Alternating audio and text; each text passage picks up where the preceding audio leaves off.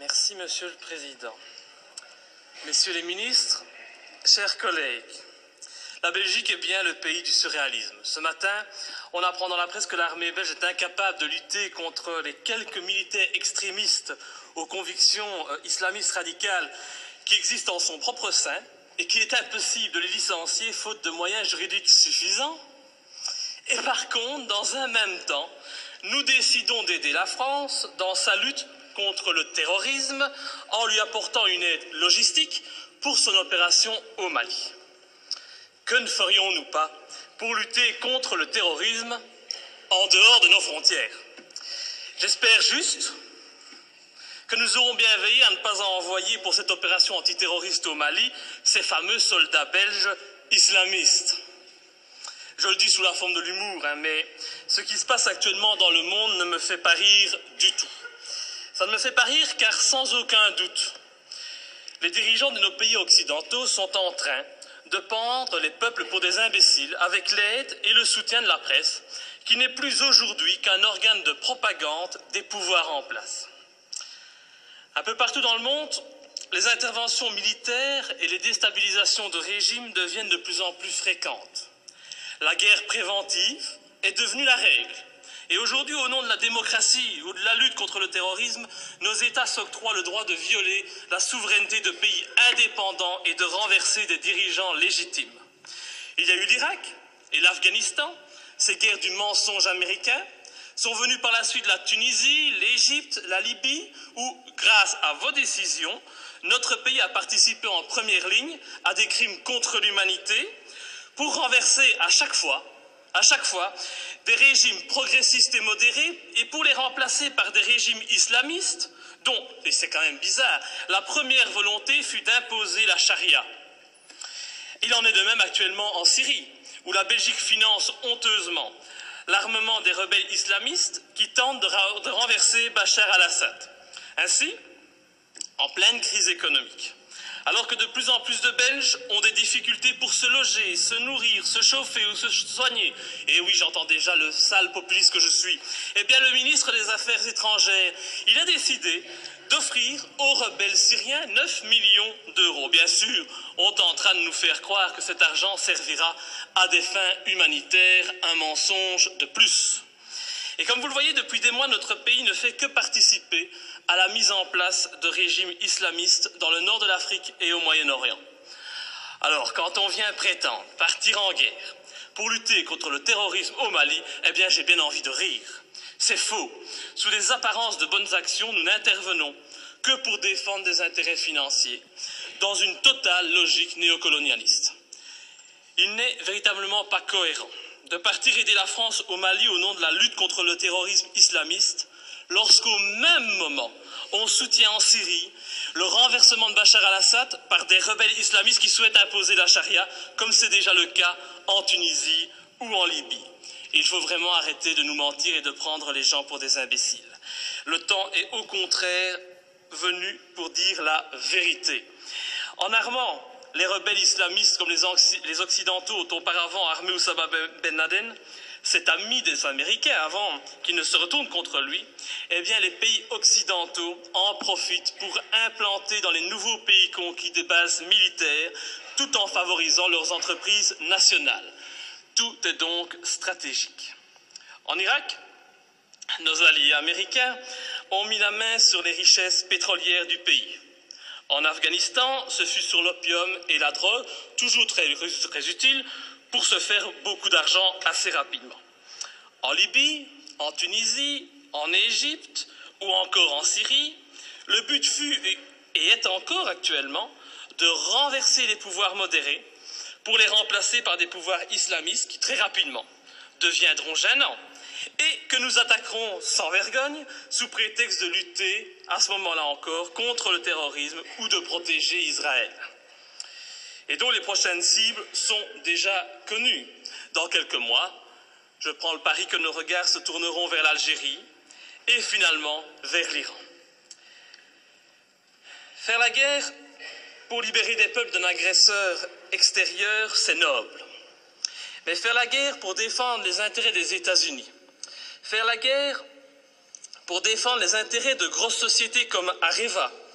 Faire la guerre pour mettre la main sur des mines d'or, ça n'a rien de noble, et cela fait de nos pays des pays agresseurs et voyous.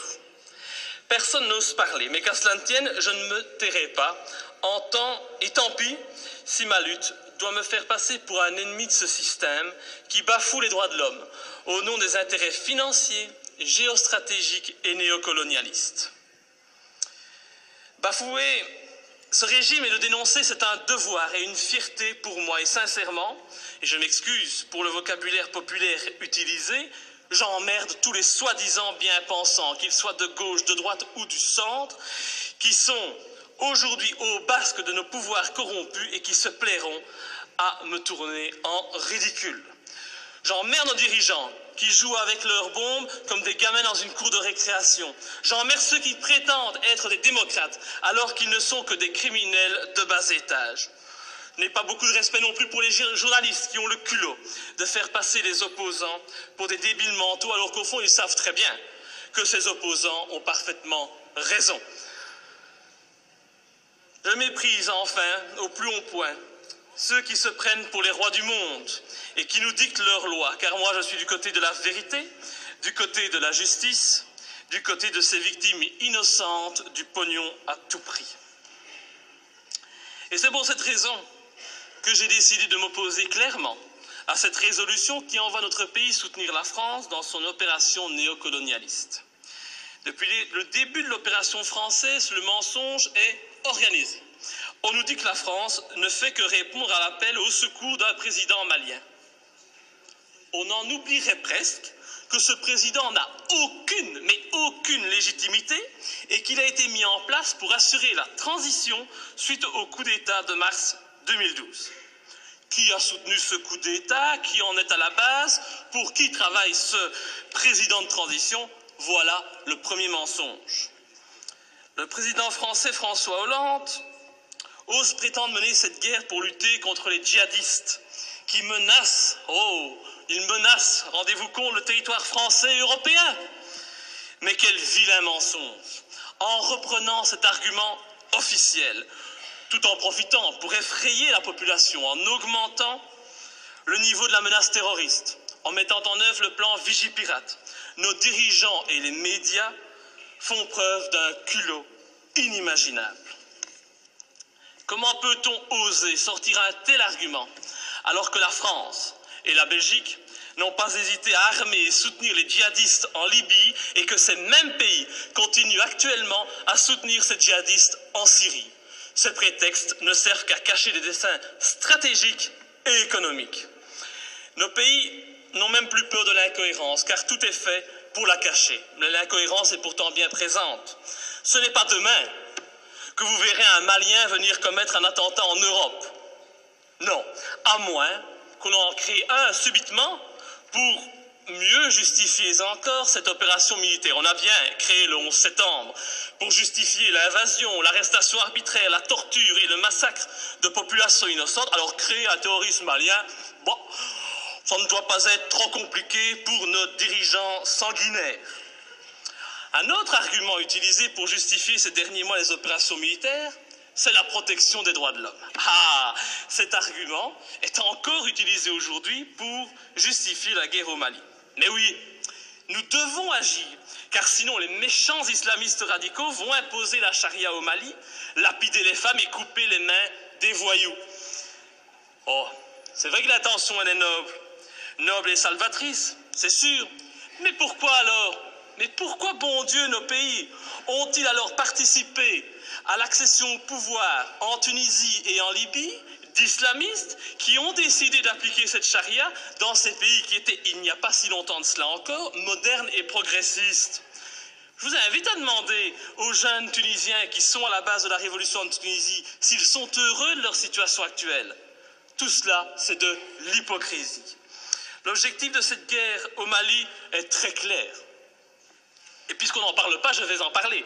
L'objectif, c'est de lutter contre la Chine et permettre à notre allié américain de maintenir sa présence en Afrique et au Moyen-Orient.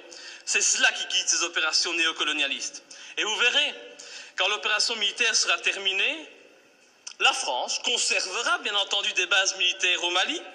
Ces bases serviront aussi aux Américains. Et en même temps, parce que ça se passe toujours comme ça, des sociétés occidentales mettront la main sur des contrats juteux qui priveront de nouveau les pays recolonisés de leurs richesses et de leurs matières premières.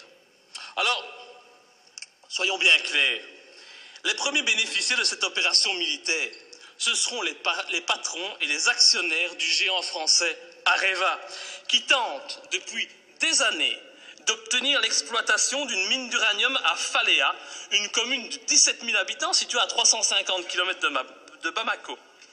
Et je ne sais pas pourquoi, mais mon petit doigt me dit qu'il ne faudra pas longtemps pour qu'Areva puisse enfin exploiter cette mine. Je ne sais pas, c'est une impression que j'ai. Il est donc hors de question que je participe à cette colonisation minière, cette colonisation des temps modernes. Et pour ceux qui doutent de mes arguments, je les invite sincèrement à se renseigner sur les richesses du Mali. Le Mali est un grand producteur d'or, mais depuis peu, il a été désigné, comme étant un pays qui offre un environnement de classe mondiale pour l'exploitation d'uranium. Mais comme c'est bizarre, un pas de plus vers une guerre contre l'Iran, c'est une évidence. Pour toutes ces raisons, et afin de ne pas tomber dans les pièges du mensonge que l'on nous tend, j'ai décidé de ne pas soutenir cette intervention au Mali. Je voterai donc contre. Et ce faisant, je fais preuve de cohérence, puisque je n'ai jamais soutenu par le passé nos interventions criminelles en Libye ou en Syrie, me profilant de la sorte comme le seul parlementaire de ce pays à défendre la non-ingérence et la lutte contre les intérêts obscurs. Je pense vraiment qu'il est grand temps de mettre un terme à notre participation à l'ONU ou à l'OTAN et de sortir de l'Union européenne si cette Europe, au lieu d'être un gage de paix, devient une arme d'attaque et de déstabilisation de pays souverains aux mains d'intérêts financiers et non plus humanistes. Enfin, je ne peux qu'encourager notre gouvernement à rappeler au président Hollande les obligations qui résultent de la Convention de Genève en matière du respect des prisonniers de guerre.